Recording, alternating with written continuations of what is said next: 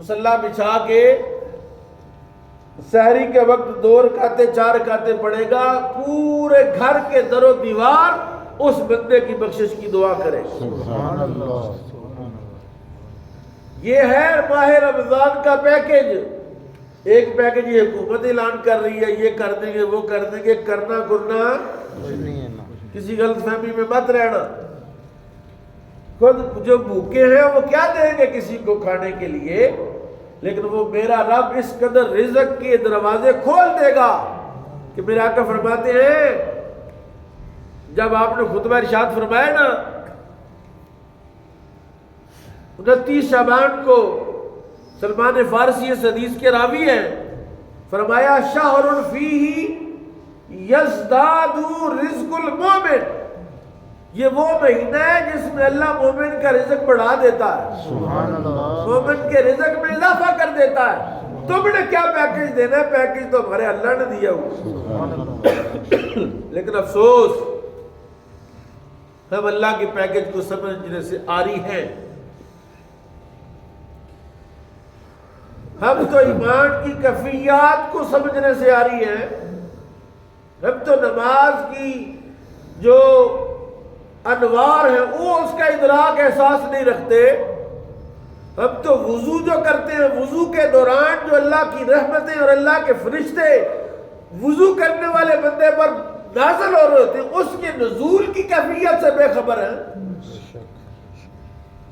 جب بندہ، میں ایک حدیث سناتا ہوں تاکہ آپ کو مسئلہ سمجھانے میں کامیاب ہو جاؤں۔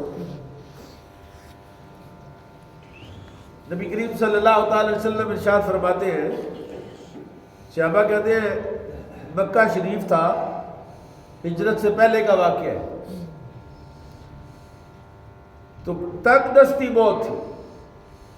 جو مسلمان، جو لوگ کلمہ پڑھ چکے تھے، لوگوں کا رویہ ان کے ساتھ بڑا سخت تھا، بلکہ ان کو مارتے تھے، تشدد کرتے تھے، ان کے ساتھ صلہ رحمی، نرمی کوئی نہیں کرتا تھا۔ اور حالات ایسے آ گئے کہ تنگ دستی اور وہاں قحط سالی تھی مکے میں۔ اچانک عیر ابو جہل آیا، ابو جہل کا قافلہ آیا، اونٹوں کا سامان تجارت لے کر۔ منڈیاں ساری ویلی ہو گئی، بازار سارا خالی تھا، لوگ پیسے لے کے پھرتے تھے، چیز نہیں ملتی تھی۔ اب ساری منڈی بھر گئی، دکانیں بھر گئیں، لیکن ان بیچاروں کے پاس پیسے نہیں تھے کہ اس اناج خرید لیتے۔ انہوں نے آ کے رسول اللہ سے عرض کی، یا رسول اللہ صلی اللہ علیہ وسلم، جو بھی ہے بندہ آپ کا برادری کا رشتہ دار، برادری ہے آپ کی، تو آپ اس سے کہیں کہ نرمی کرے، کوئی بیچ میں صدقہ خیرات، کوئی غریبوں کے لیے کچھ نکالے۔ رسول پاک صلی اللہ علیہ وسلم کو اس بات پر بڑی پریشانی ہوئی۔ اللہ تعالیٰ نے جبریل کو بھیجا اور فرمایا وَلَقَدْ آتَيْنَاكَ سَبْعًا مِنَ الْمَثَانِي وَقُرْآنَ الْحَكِيمِ، ہم نے آپ پر 7 آیتیں نازل فرمائی ہیں۔ کتنی؟ 7 آیتیں نازل فرمائی ہیں۔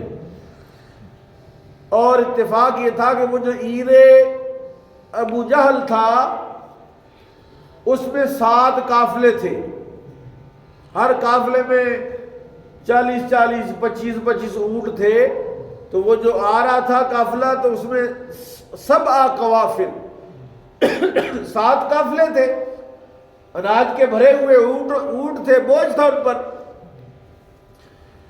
اللہ تعالیٰ نے جبریل کے ذریعے پیغام بھیجا کہ محبوب اپنے غلاموں سے کہیں کہ سورہ فاتحہ کی تلاوت کریں، ہر آیت ابو جہل کے ایک قافلے سے بہتر ہے۔ سبحان اللہ۔ جتنا مال ابو جہل کے قافلے میں ہے، اتنی تاثیر اللہ نے سورہ فاتحہ کی ایک آیت میں رکھی۔